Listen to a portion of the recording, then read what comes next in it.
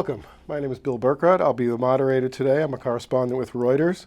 This event is being presented in collaboration with Reuters, and both the Forum and Reuters are streaming the event live on their websites, and you can also monitor this on Facebook Live.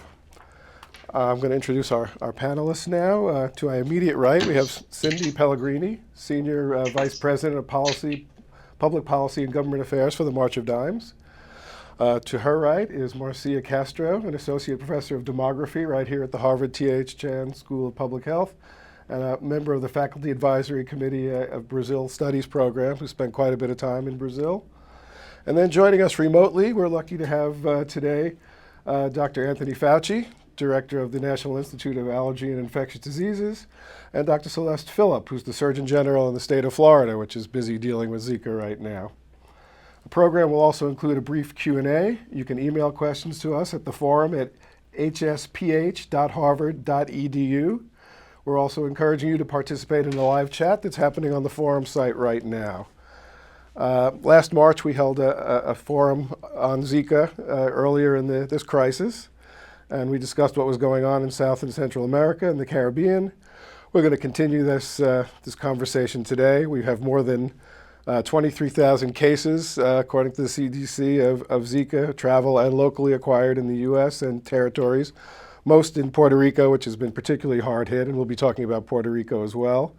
And of course, Florida, which has been the epicenter of our local transmission, and we're going to talk about efforts underway in Florida. You know, we've seemed to have one area a bit under control, and we're still getting some reports of new local transmission cases in Florida almost every day.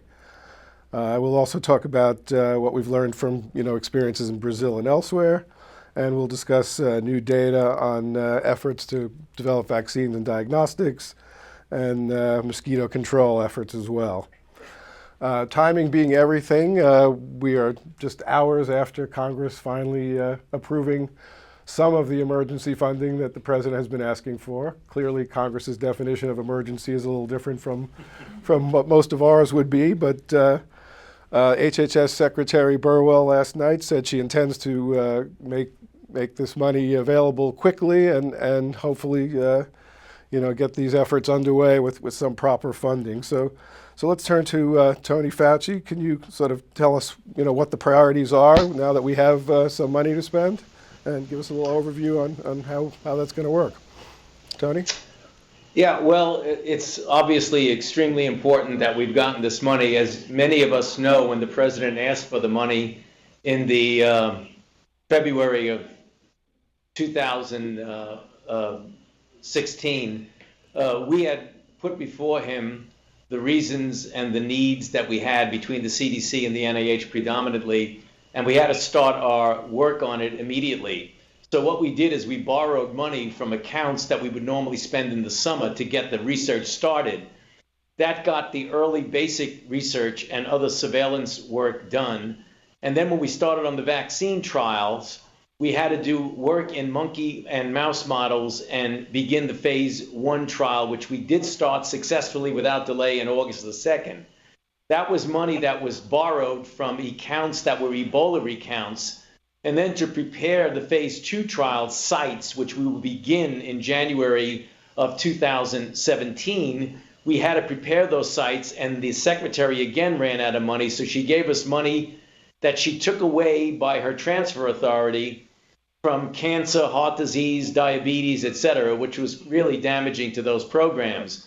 We've now run out of that money, so we would not have been able to start the phase 2 trials in 20 sites in South America, Central America, Puerto Rico, and in the United States if we didn't get the money we just got right now. So this was just in time, because we could not have started any further vaccine trials had we not gotten the money. So the highest priority for that right now is to make sure the vaccine trials, when you go from phase 1 to phase 2, which will happen in January or even earlier, that there's no interruption in that transition from a phase 1 to a phase 2. So it really was just in time.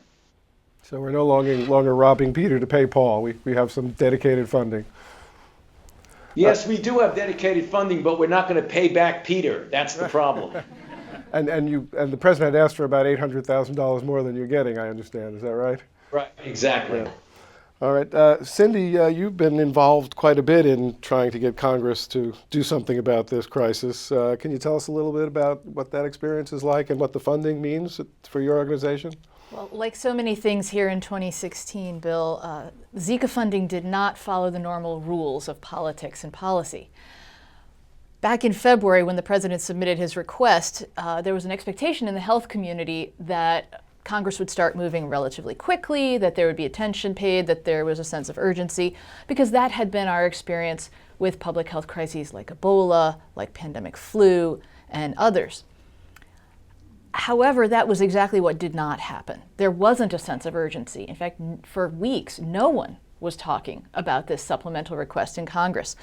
And so the March of Dimes brought together a coalition, and I will admit that at the time, we thought we would be working on this for 2, maybe 3 months, that this would be, a short-term effort where we'd bring together resources and partners and put on a big push and Congress would respond. And if you had told me back in March that I would still be working on this after Labor Day, I absolutely would not have believed it. However, this is where we were. And I think one of the interesting questions is, well, why was it so hard? And over time, there were a couple of things that emerged that I'd be happy to share. Sure.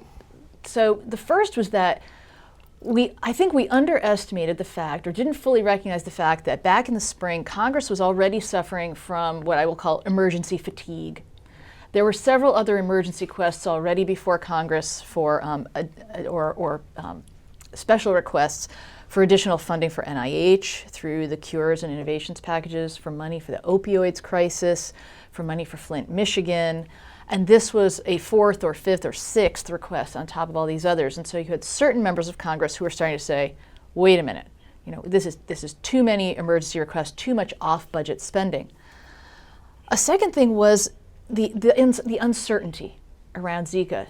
It's now that we know so much more than we did 6 months ago, it's easy to forget that back then we hadn't even established the link firmly between Zika and microcephaly. That didn't happen until April or May.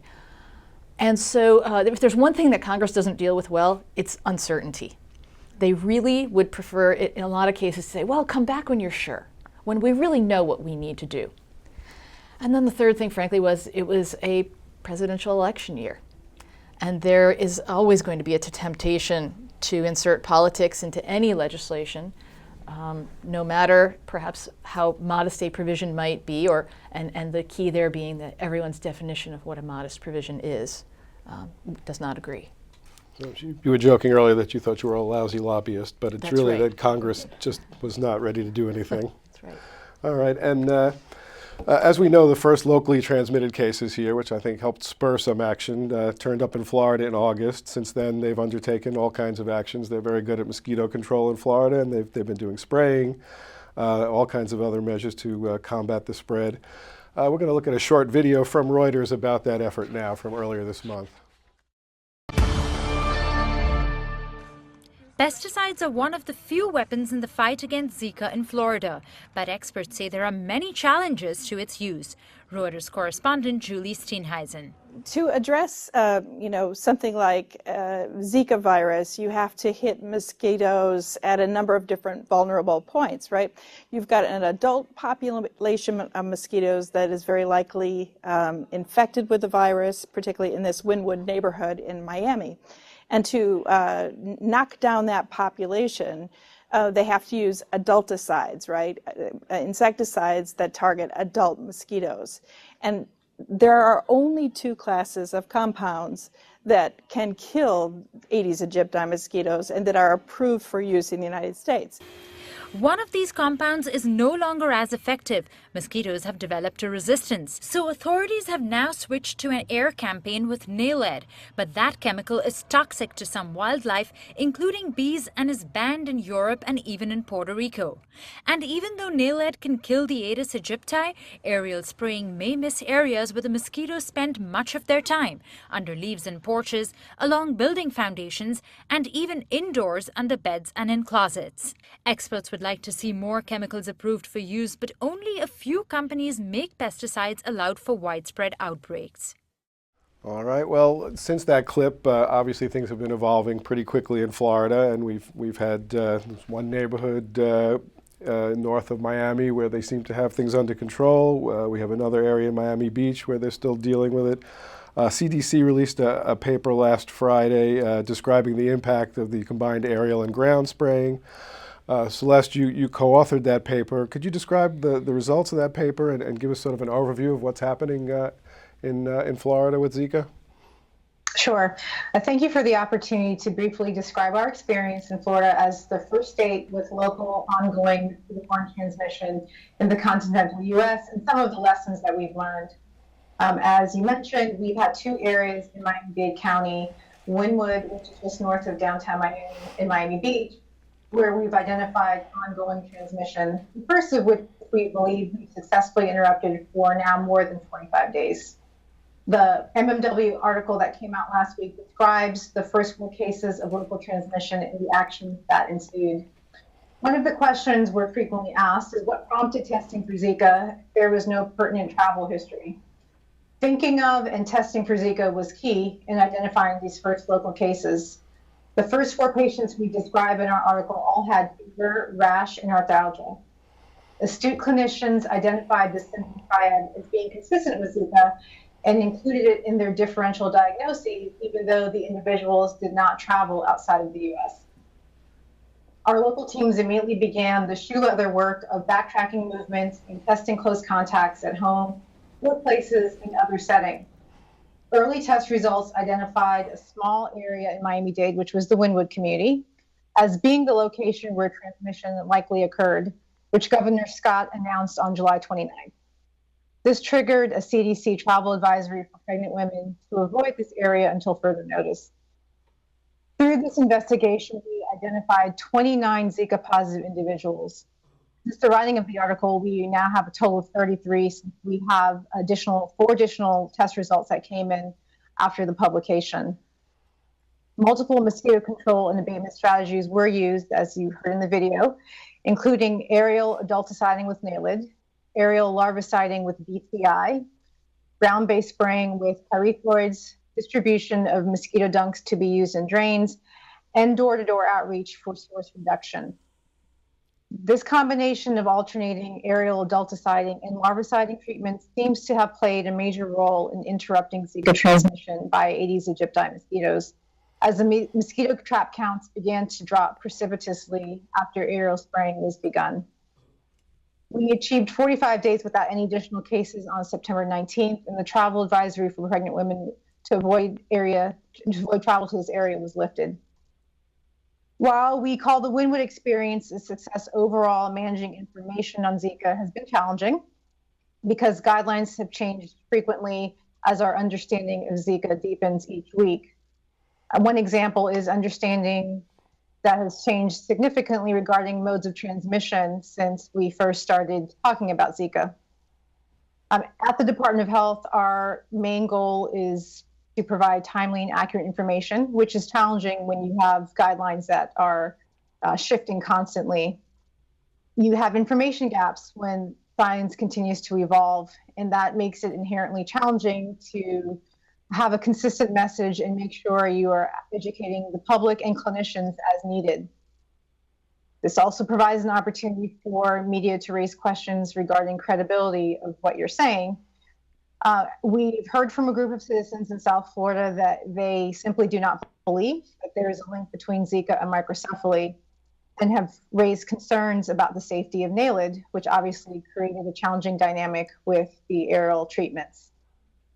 We also need to balance the public's desire for information when you're dealing with an emerging infection while protecting people's privacy for those who end up being cases and their families and their coworkers.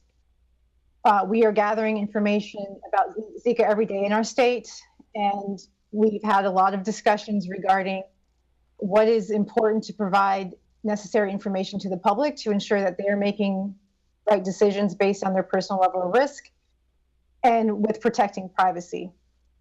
Our communications tools include daily updates of our case counts for travel-related cases as well as local cases.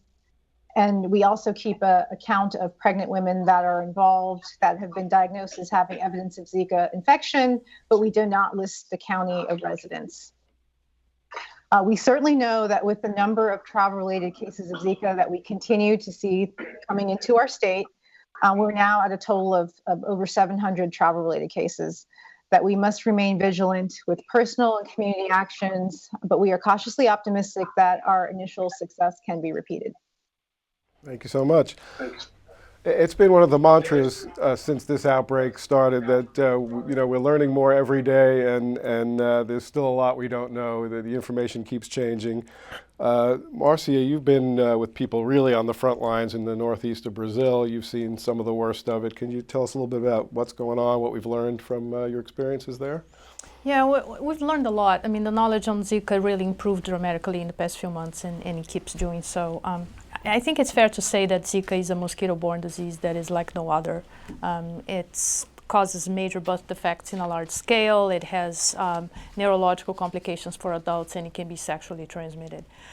In terms of microcephaly, now we know that this is just one of the possible congenital anomalies after a Zika infection. So the much more broad group of congenital Zika syndrome is much more than just microcephaly. There's at least one study that showed that about 20% of the children born with brain malformations had perfectly normal head sizes. We also learn now that the Zika virus continues to create damage in the brain of the child after birth. So the child can be perfectly normal and healthy at birth and then develop problems later. Now, when you put this together, it becomes very clear that screening children with congenital Zika syndrome is very complicated, and it's another challenge for the health systems to be able to track those kids. The earliest children born with congenital Zika syndrome in Brazil are just completing 1 year of age now, and we are learning a lot about the types and severity of complications that they have. So there are a lot of issues on seizures. They cry a lot. They're very agitated. In the beginning, they were not really breastfeeding well. And now they're developing another problem, which is a severe type of reflux. So those kids are not really eating. And we don't know exactly how this is going to be managed. There are severe vision impairments, hearing impairments. And at this point, we really don't know how it's going to be the longevity of those kids. In terms of adults, the association between Zika and Guillain-Barré syndrome has been established, although the proportion of adults that get Guillain-Barré after a Zika infection is very small. But there is another study that was done with mice showing that Zika virus also affects the brain of the adults. And theoretically, Zika could impact long-term memory and the risk of depression among humans. We're yet to see that. One last thing that I want to mention is if we look at the countries where Zika is actively transmitted now, 64% of those countries are in the Americas. And if you just take Latin America and the Caribbean, you are at the region that have by far the most restricted rules regarding access to abortion. So there is another complication here, which is the lack of legal mechanisms for women to actually decide or to have a choice of what to do in the event of a Zika infection and in the event of fetal malformation that can be known before birth. So this raises an issue of not only reproductive rights, but human health, women's health. It is truly frightening. Some of the experts I've talked to have been people who've been dealing with microcephaly and these kind of abnormalities, brain abnormalities for decades, and said they've never seen this kind of severity and these kind of numbers. So it's a lot to be frightened of, and maybe we need to get this under control. And again, it's not just the mosquitoes. It's very unusual that we have a mosquito-borne virus that's also transmitted sexually, which is another layer of concern that we have to deal with. Mm-hmm. We're going to talk a little bit about best practices for responding to this situation, best ways to communicate with the public. We've got a short public service announcement that was produced for the March of Dimes by PAC TV. So we're going to look at this brief clip, and then we'll get back to the discussion. Zika is a serious health problem that concerns all of us. Your best defense is protecting your family from the risk of infection, especially by mosquitoes. Getting Zika during pregnancy can cause microcephaly and other severe brain defects in your baby. If you're pregnant or trying, avoid Zika-affected areas and unprotected sex with anyone who may be infected. See your healthcare provider right away if you have questions. There's plenty you can do to protect your family and your community. Get the facts from the March of Dimes at zapzika.org. Okay, well, public education is going to be an important part of this effort. There's a lot we don't know. There's a lot that's frightening. The information keeps evolving. But Cindy, maybe you can tell us a little bit about the efforts that the March of Dimes is doing in this. Sure. We know at the March of Dimes that pregnant women who are trying to get pregnant, and their partners are coming to us for the most trustworthy, reliable, science-based information available, and we take that responsibility very, very seriously. So since the outbreak began, we've created dedicated websites, zapzika.org, marchofdimes.org/Zika, and our Spanish website, nacersano.org/Zika, where these are updated sometimes daily with the latest recommendations and science, and we're constantly evaluating the literature, evaluating the recommendations coming out of CDC and out of the professional organizations like for pediatricians and for the OBGYNs, and adding and updating that information. But we also think that one of the most important parts of that endeavor is to be completely honest with our audience. And so that means when we don't know the answer, we have to say we don't know the answer. A lot of what we're doing is taking the questions that come into our website. We have an Ask the Expert button.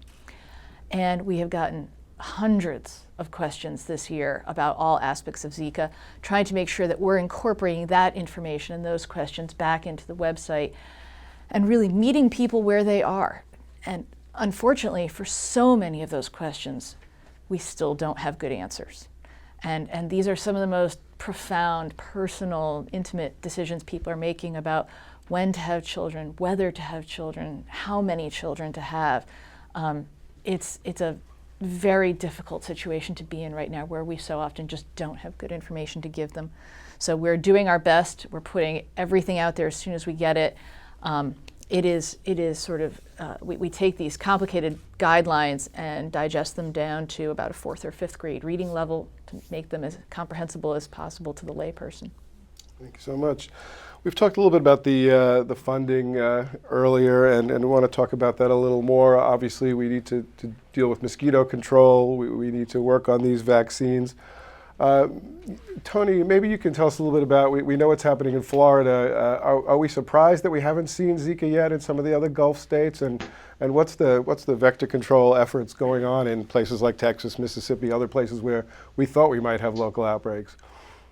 Well, Florida is very special because Florida has a very large number of travel-related cases, over 700 travel-related cases. They also have the kind of environmental situation with regard to the heat, the moisture, the rain, the issues of what happens when you're in the middle of a summer of one of the states that's on the Gulf Coast. So it is not at all surprising. And as you remember, we predicted with a certain degree of confidence that we were going to see locally transmitted cases. And the issue with Florida is that Florida is kind of like the Grand Central Station of traveling from South America, Central America, the Caribbean, Puerto Rico into Florida. So they have a vulnerability that's based on both the combination of their climate and the location and of what they are. When you talk about other states like Louisiana or Mississippi or Texas, I would not be surprised if we do see local transmission, because there certainly are the mosquitoes and the climate there to allow that to happen. What those states don't have is the density of travel-related cases that Florida has. What you do have also with Texas, particularly around the area of Brownsville, is that vulnerable area. When we saw dengue and other types of outbreaks in the past, that was the vulnerable area. So if we saw a couple or maybe even more of locally transmitted cases along the Texas-Mexico border, I would not be surprised. I wouldn't be surprised if we've seen a case or so in any of those Gulf Coast states, but because of the reason that I just mentioned, Florida is particularly vulnerable of that. And this effort to do this concentrated spraying in these sort of 1 mile square areas, Do we think that's the way to go, or should we be doing more widespread, preventative spraying in other places? Well, that really depends on the particular location and the acceptance of the community to spraying, because as we know, I know we're going to talk about Puerto Rico in a bit, but with Puerto Rico, it's been very difficult to get the community to accept spraying. The success of spraying, as was mentioned by Dr. Phillip a little while ago, is that the Wynwood section is a success story of the combination of larvicide and adulticide. They were able to bring the density of mosquitoes down such, which was associated with essentially a cessation of the active transmission. So yes, spraying does work. Whether or not you're going to be able to do more broad regional spraying, that'll depend on the density of mosquitoes as determined by mosquito trapping. Tony, I want to come back to you in a little bit about vaccine development, but Marcia, maybe you can tell us a little bit about what's worked in Brazil. You were one of the vocal people who were kind of shouting down those who were calling for the Olympics to be canceled or moved, and you certainly look to be right in hindsight on that one. What can we learn here from what's been successful in Brazil? Yeah, so I really want to start just by highlighting the fact that back in August, when the whole discussion started in Brazil, Brazil sort of was, and in some ways still is, at the forefront of the battle against Zika. So they entered a battle not knowing against what they were fighting and therefore what weapons they should use. But regardless of this, it was local health workers, local physicians that remain pretty much unknown to the large community that called the attention to the problem, and then researchers and research institutions joined, and it's unbelievable the amount of information that was produced in such a short period of time. So I think this has to be stressed. The other thing is, if you look back in November, that's when Brazil issued an emergency state regarding Zika and microcephaly. And in less than 4 months after that, so between November and February, March, it's remarkable all the actions that the government was able to do. So lots of funding were immediately put available for surveillance, for risk communication, for vector control, for equipping laboratories. So just to give you an example, the public laboratories not only increased in number, but before they were able to process about 1,000 PCRs per month and shifted to 20,000 per month. They acquired about 18 tons of larviciding that were deployed mainly to the northeast, where the epidemic was most severe, but also to the southeast. That's where Rio is, where the Olympics were going to happen. They trained personnel. They actually now provide training to other countries in Mercosur, and they have online courses that are available to anyone to go and check. They started opening new rehabilitation centers to provide care for the children that require early stimulation. So there was a lot that has been done, again, in a very short period of time, and in some way not really knowing what you were doing. So it was perfectly imperfect, but it was the best response they could put in place at the time.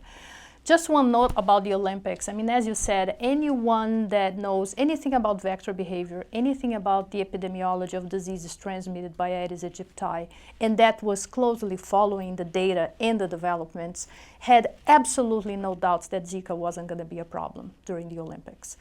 And despite of that, the government really took actions both before the games and during the games, intensified vector control.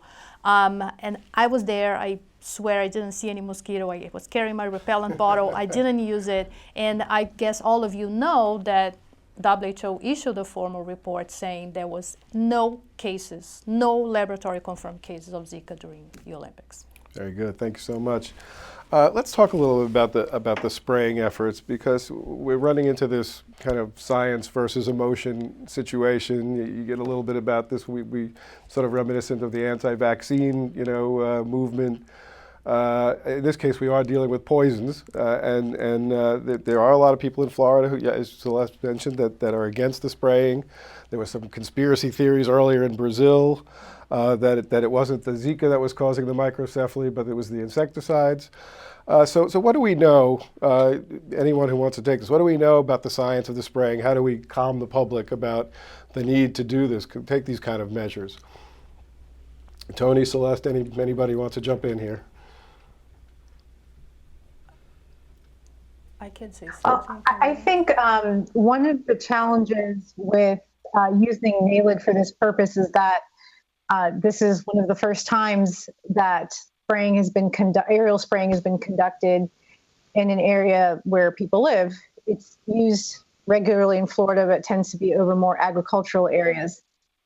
I think going forward for this response, having federal guidelines where there are clear recommendations for when it's appropriate to be used, as well as a system where we are tracking potential adverse reactions, outcomes, and then being able to share that information back to the public would be helpful in trying to address some of those concerns, allay fears, and also for local decision makers to have a framework to turn to when they have to make these tough decisions.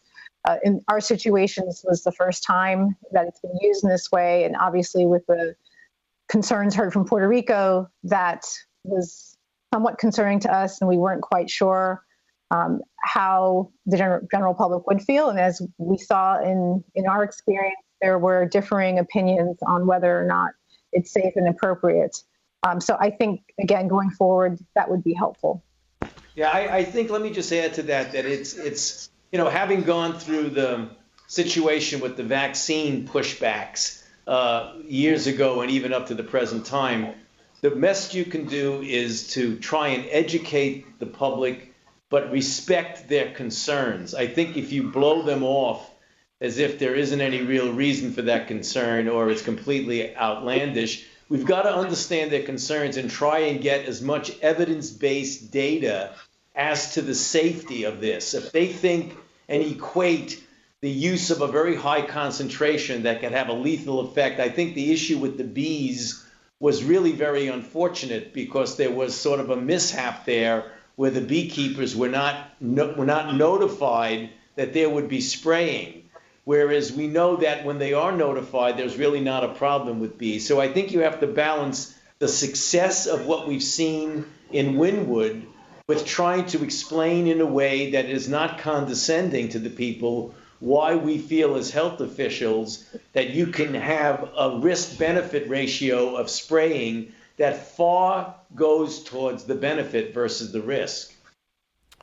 Tony, let's stick with you. We talked earlier this summer about vaccines and development. You said NIH had several different kinds, at least 3 different kinds of vaccines. You've already started testing the DNA-based vaccines. We've also got several companies who have, signed up to help out with vaccine development efforts.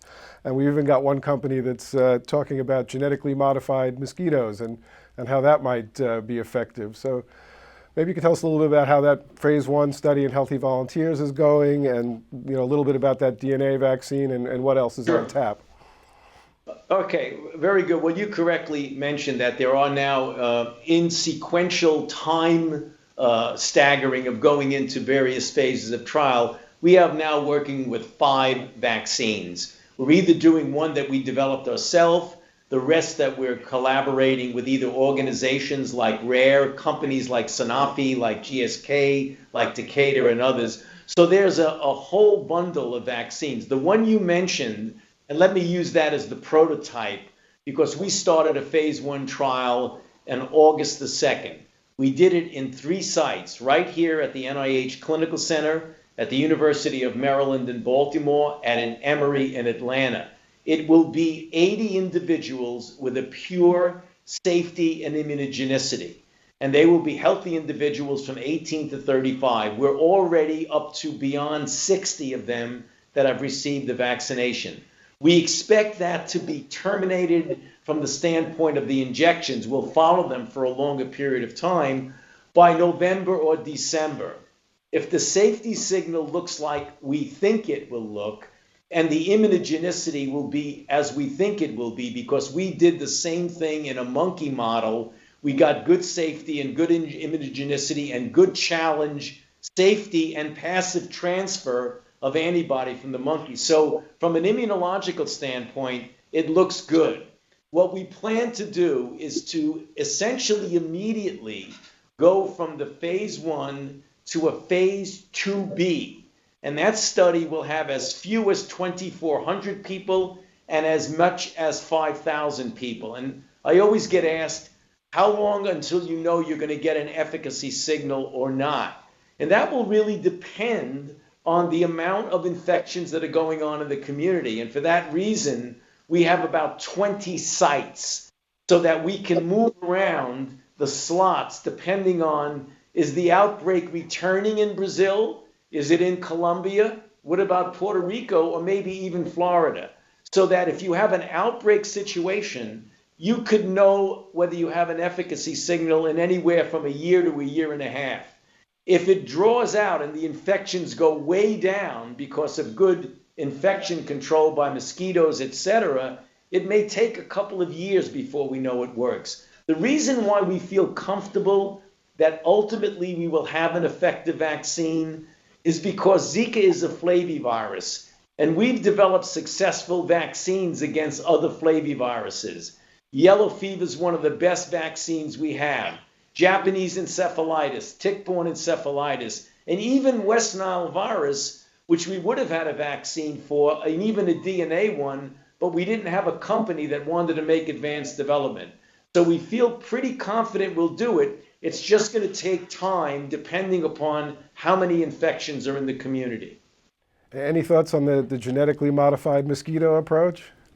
Yes, I think there is a place for that. I think we have to make sure that we do it with sensitivity to environmental concerns. But there are two things. There's the genetically modified mosquito, the Oxitec one is one of them, where you actually get a sterile male that'll have female involvement that have the offspring that are actually don't survive. Then you have another approach, which is not genetically modified. It's infecting a mosquito with a bacteria called Wolbachia that doesn't allow that mosquito to transmit the viral infection. So there are several ways to manipulate the mosquito, and I think it is definitely worth doing that in a measured, controlled way, and if we show that it's safe, to use it in a more widespread manner. We want to spend some time talking about Puerto Rico before we go to Q&A. So, Puerto Rico has its own set of problems, big economic problems. In addition to Zika, the Zika is widespread there. I'd like to ask each of our panelists sort of, what we can do from what we've learned. What can the public do anything about Puerto Rico? Should we be sending mosquito netting to Puerto Rico? There are special problems there. What can we do? We'll start with Cindy. Sure.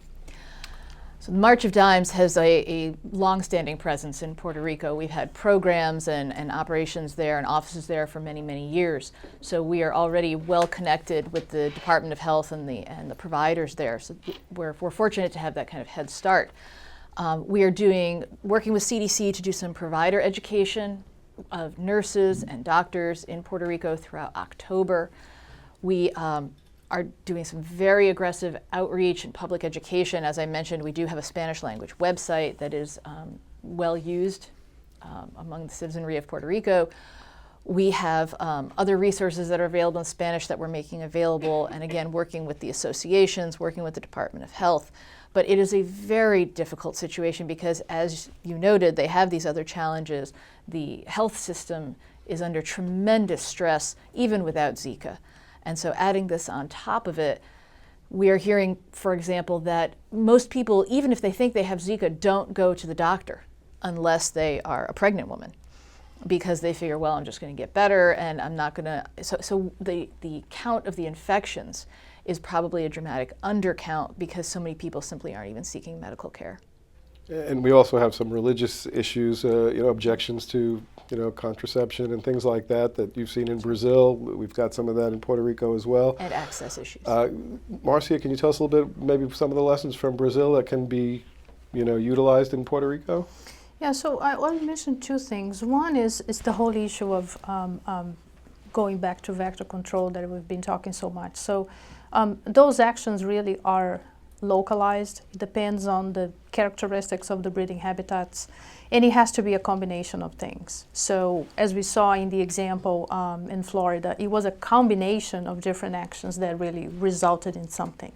So if you have a scenario where a lot of your breeding habitats are indoors and therefore the mosquitoes are indoors, just the spatial spraying is not going to solve the problem, but combined with something else will solve the problem. So maybe there are better ways to actually address vector control depending on the local characteristics. The other one is really the services that need to be provided. And there are some that are largely overseen. For example, mental health support. So pregnant women, mothers of children that have congenital Zika syndrome, they are under incredible stress. Depression is very high, and that's one thing that hasn't happened yet. It's mental health support for those people. And so in anticipation of really severe problems that are about to happen based on what happened in Brazil, I think I would focus on those two things. Very good. Dr. Fauci, how can we help Puerto Rico? Puerto Rico is really in a very unfortunate situation, but for all the reasons which my co-panelists mentioned, they're having about 1% of the population infected per week and about 4% per month. That is extraordinary. And if it happens in Puerto Rico with Zika, what happened with them in 2014 with chikungunya, they're going to have a very, very serious problem, which they already have a very serious problem. So really, we need to be just encouraging everyone to marshal as much resources as we can to help them through what is going to be a very, very difficult problem, as the birth cohort of the many, many pregnant women who are now infected in Puerto Rico come to birth and even loss of pregnancies. It's something that we have to realize, and I think all of us have had the experience, because this is such an unusual situation where the deleterious effects of the infection because of the effect on a pregnant woman are felt months and months after the actual infection. People take their eye off the ball in the acuteness and the seriousness of this. So Puerto Rico is going through a terrible situation. We have to help them now and not wait until the disaster has already been long gone. We just need to do it now. They really do need help. Well, I hope that message is heard loud and clear. And Dr. Phillip, are there things happening in Florida with registries and testing and that would work in Puerto Rico, even though things are a little different in Puerto Rico than Florida?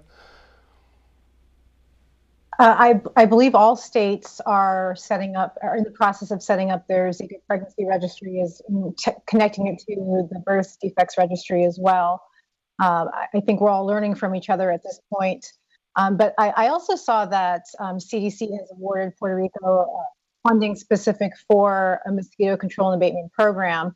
And I think from our experience in Florida, we certainly have some expertise here that I think many of our mosquito control district directors would be willing to provide feedback regarding some of the considerations specific to Zika, how they might want to look at setting up their program.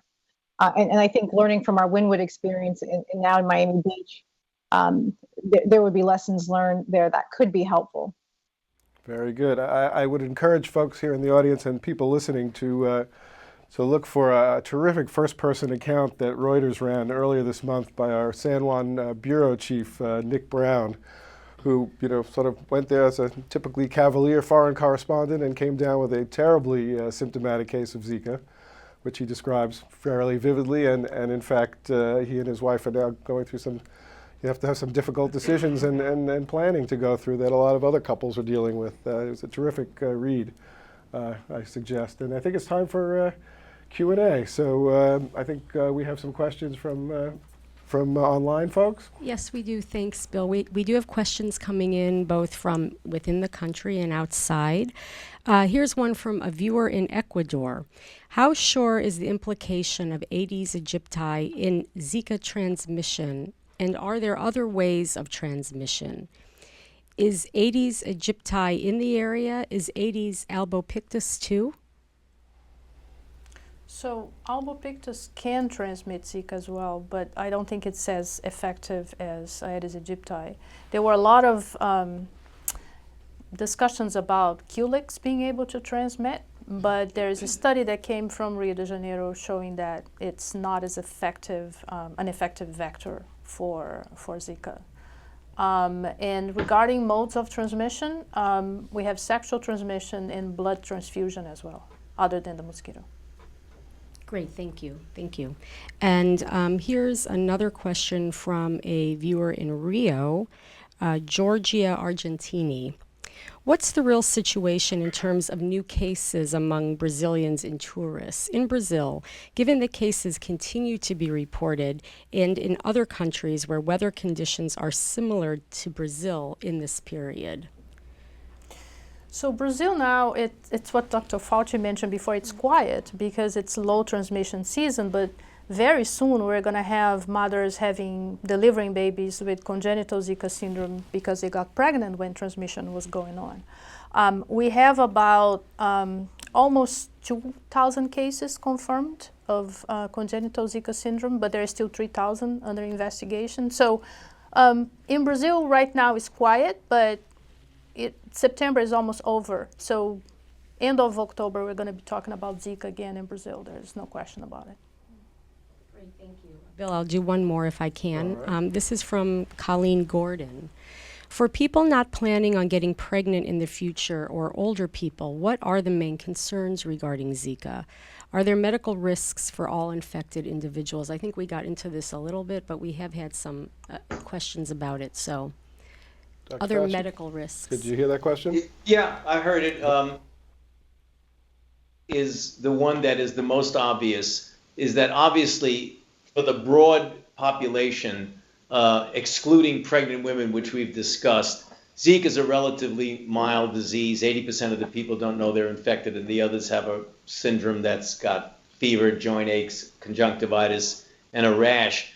However, there is now about, and we need to get better numbers, but the most closest to accurate that we think we have is that about 1 in every 5,000 people wind up getting Guillain-Barré syndrome, particularly people who are more elderly than others. So if you are in an elderly cassette of age, the chances are much more than if you're a 20-year-old. We also have some cases of people who have usually old and usually with other debilitating diseases. There's a recent report that came out yesterday that there were a report of at least an accumulation of 10 deaths that have been associated in Brazil among a much, much larger cohort of people that get infected.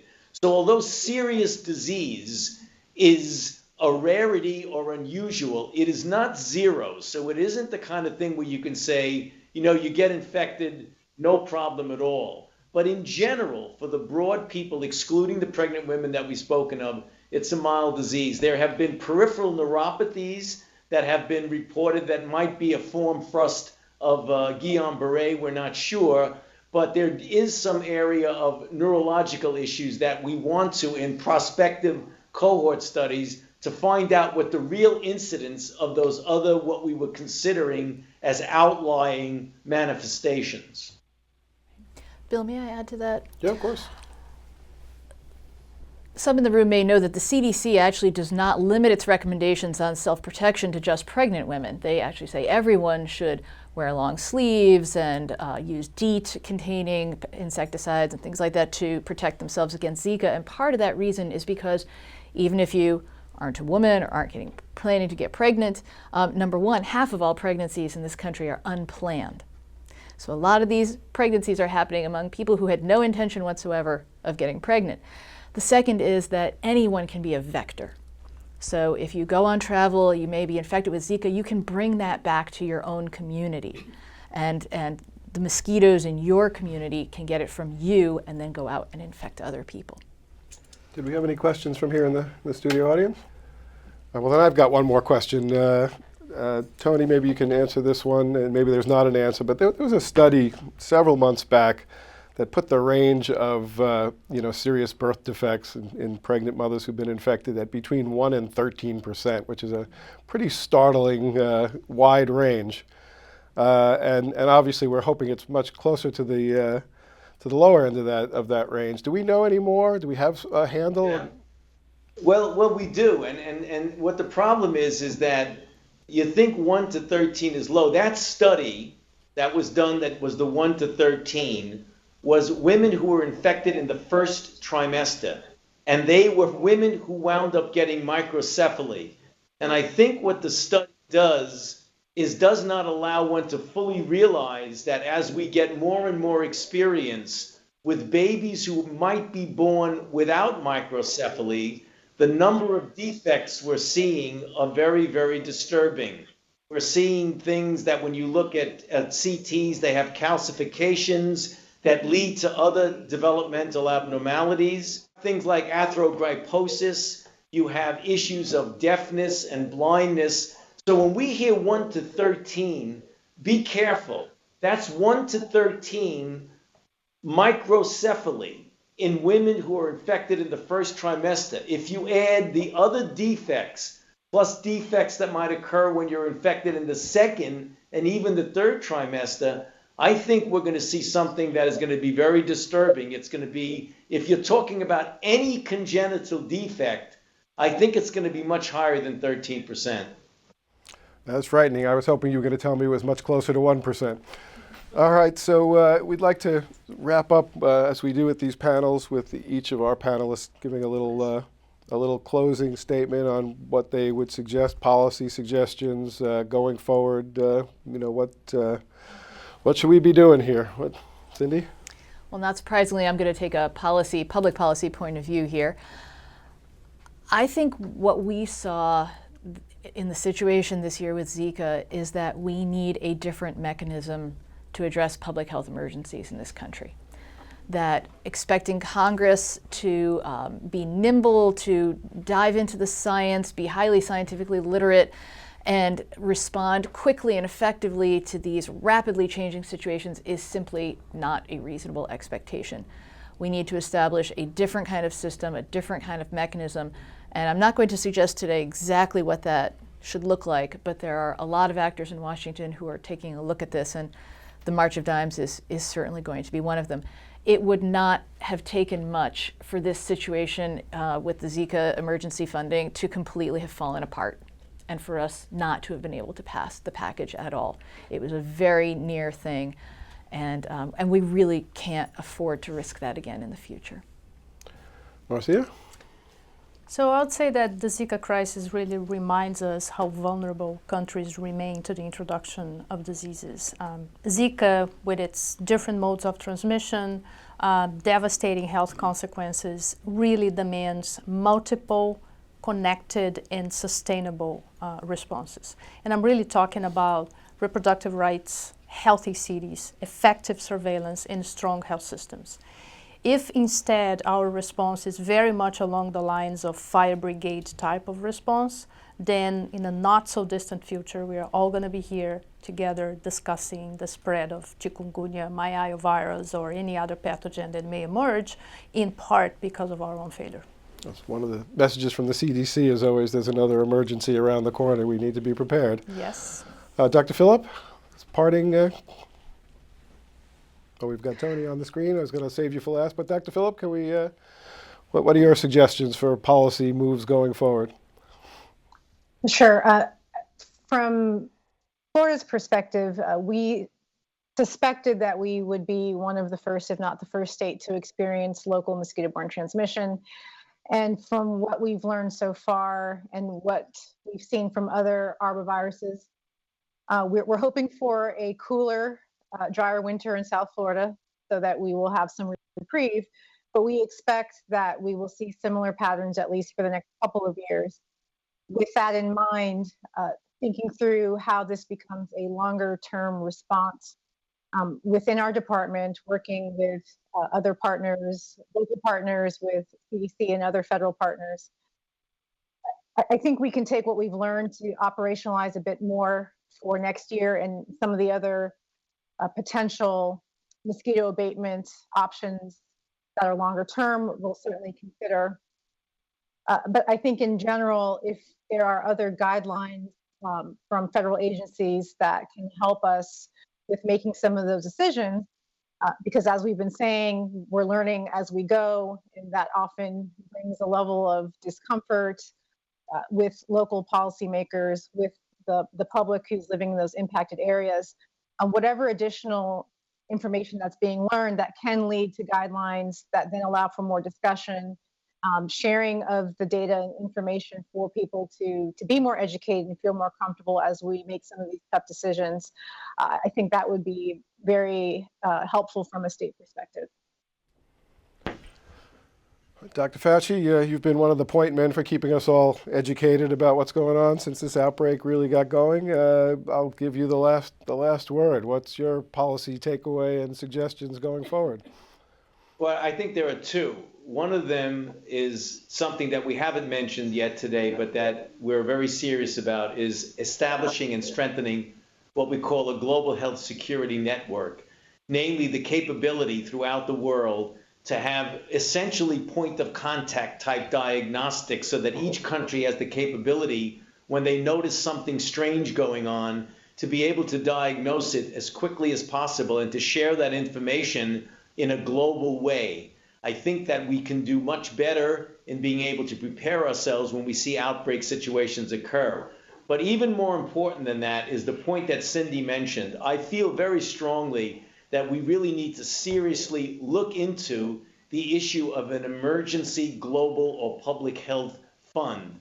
And that we can pick your number. That could be $1 billion or more than that, so that that's money that's no year money that's there, so that when CDC and other agencies in the NIH need to move quickly, we don't do what we did now. I think we need to use the February request of the president to the end of September getting the money as an example of what should never happen again in the middle of a health emergency. And the only way we can do that is to have the money readily available so that when you want to backfill it after you've spent it on the emergency, then you could go through the normal tried and true appropriation process, which is a good process when there's not an emergency. But it's not a good process if we have what we just experienced now. So that would be my final comment, Bob. Thanks.